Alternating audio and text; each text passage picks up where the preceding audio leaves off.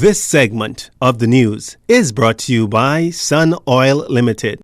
Welcome back. President of the Bahamas Nurses Union, Amanja Williams, also came out to the protest this afternoon to show her support. Speaking to reporters, Ms. Williams says the government has failed the healthcare system. The healthcare system has seen it as its worst.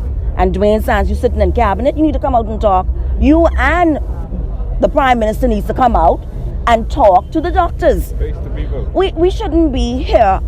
Long gone the days we fighting for one couple of little dollars that is owed to us. We've already worked tirelessly on the job. Infrastructure breaking down, and you can't come and talk to us, and you putting up all these little terrible. I cry shame on the government. Now, when asked if nurses plan to take action, here's her response. Well, if we have to do what we have to do, we can do what we have to do. We are in unity. This will go on. We need to stop this type of trend in the government system. Pay what is owed. Everybody else getting paid around us except the workers? Huh? Come on, nothing in your budget that says for the workers? Man, you need to go back to the budget meeting.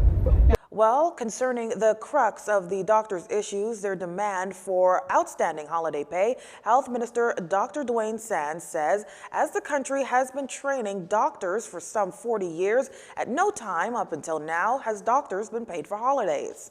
So this is a new thing. When you look at the standing of physicians in the community, we enjoy a certain level of respect, a certain position of honor because of the vocational aspect of what we do, the sacrifices made on behalf of our patients. When we now monetize that activity, there is probably going to be a diminution in the public's view of the profession. We evolve, things change, times change, and I think we have to acknowledge that what may have worked for Generation X or Generation Y doesn't necessarily work for the millennials, doesn't necessarily work for people to come, and we just have to accept change. Now, ultimately, Dr. Sands says the profession cannot become one that is a technical job. There always has to be, because of the nature of what we do. We deal with people at their worst, at their sickest, at their moment of need. We are privy to their deepest secrets, their darkest thoughts, and you cannot monetize what physicians do. The day that you get to the point that a physician is defined by money, I think we've lost the profession. As for a response to the opposition who suggested that the government did not take into consideration unions' industrial agreement, particularly the financial aspects in its budget, Dr. Sands says this. There always has to be, because of the nature of what we do. We deal with people at their worst, at their sickest, at their moment of need. We are privy to their deepest secrets, their darkest thoughts, and you cannot monetize what physicians do. The day that you get to the point that a physician is defined by money, I think we've lost the profession. Now, following the call by the Minister of Labor for the BDU to end its strike, Health Minister Dr. Dwayne Sands says the ministry looks forward to a return to normalcy. Dr. Sands says the ministry is ready to return to the table to bring a resolution to the matter. If you listen to the BDU's president speak about the length of time that this matter has been on the table, she says it's been almost 10 years. And I don't know, but I believe that the opposition ran the government from 2012 to 2017. Certainly, when it came on the radar during this administration, we sought to tackle a challenging problem. Negotiations have been ongoing for many, many months. We thought that those negotiations were proceeding reasonably well with a very complicated situation. In news from the courts, a duo stood before Chief Magistrate Joyanne Ferguson Pratt on fraud charges.